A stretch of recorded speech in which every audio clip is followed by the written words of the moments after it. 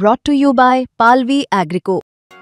पालवी ॲग्रिको, भारताचा पहिला AI तंत्रज्ञानावर आधारित B2B आणि B2C ई-कॉमर्स प्लॅटफॉर्म. शेतीसाठी जे काही लागणार थेट तुमच्या बांधावर पोहोचणार, मोबाईलच्या एका क्लिकवर. राज्य सरकारने त्या निजामाच्या अवलादींना ओबीसीतून आरक्षण देण्याचा जो निर्णय घेतलाय तो आपल्याला हलवून पाडायचा आहे. तिच्या जातीवादी राजेश टोपेनं जरांगे नावाच्या बाटकाचं आंदोलन सुरू केलं. आता जागा राहायचंय, रात्र वैराची ओबीसीच्या आरक्षणावर वारंवार त्याला घालण्याचं काम प्रत्येक राज्यकर्ते करतायत. आज 2 सप्टेंबर रोजी सुद्धा GR काढण्याचं काम झालंय. त्यामध्ये सुद्धा ओबीसी मध्ये घुसखोरी करण्यासारखा GR काढला. त्या GR ला विरोध करण्यासाठी आपल्याला आता येणाऱ्या काळात ताकदीने रस्त्यावरील लढाई लढावी लागणार आहे. आपल्या काही नेत्यांना अडचण असेल, परंतु नेते आम्हाला कुठं बोलले लढू नका म्हणून. आपल्या सत्तेतल्या नेत्यांना आदरणीय भुजबळ साहेब असतील, आदरणीय ताई साहेब असतील, सगळे असतील,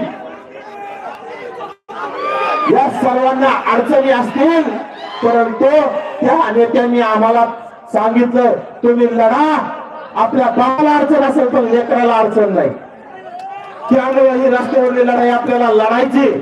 ज्या राज्य सरकारने त्या निजामाच्या अवलादींना ओबीसीतून आरक्षण देण्याचा जो निर्णय घेतलाय तो आपल्याला हलवून पाडायचा आहे. कारण बांधवांनो, त्या निजामाच्या अवलादींना शिक्षणात आणि नोकरीत आरक्षणाचा रस नाही. त्यांनी ठरवलं तुमचं राजकीय अस्तित्व संपवायचंय. कारण या राज्यामध्ये 56,000 जागा स्थानिक स्वराज्य संस्थेच्या आपल्याला राखीव मिळतात आणि त्यांच्या पोटात दुखायला सुरुवात झाली. आणि शरद पवार नावाचा जातीवादी माणूस आजपर्यंत स्वतःला फुले शाहू आंबेडकरांचा पाईक म्हणत आला.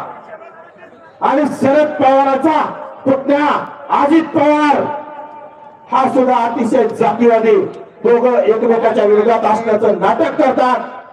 अक्षरशः आपल्या राम शिंदे साहेबांच्या विरोधात त्या अजित पवारांनी काम केलं आणि पुतण्याला निवडून आणण्याचं काम केलं. तो शमणा रोहित पवार, त्या शमणा रोहित पवारानं आहे आमच्या घनसावंगीच्या जातीवादी राजेश टोपेनं ते जरांगे नावाच्या बाटकाचं आंदोलन सुरू केलं आणि तेव्हापासून ओबीसी मध्ये दहशत निर्माण करण्याचं काम, बीड जाळण्याचं काम, छोट्या छोट्या जातीला मारहाण करण्याचं काम सुरू झालं. परंतु आता ओबीसी समाज जागा झालाय. अगोदर कोणीतरी सांगितलंय ओबीसी समाज एक तर उठत नाही आणि एक तर जागा होत नाही, परंतु जागा झाला ना कुणाच्या बापाचं ऐकत नाही.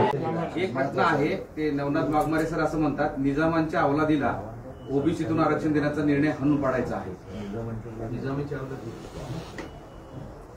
ज्यांच्या कुंकडच काही उगलेलं नाही त्यांना काय बोलावं. चलो धन्यवाद. पाटील, एक शेवटचा प्रश्न, तुम्ही त्यांना नाही मोजत आपण काय, आपण कोणाला बोलायचं कोणाला नाही बोलायचं, किती महत्व कोणाला द्यायचं. स्वतःच्या जातीसाठी लढावं, ती जात मोठी होईल. दुसऱ्याची इकडे लेकराच्या अन्नात माती घालून काय उपयोग.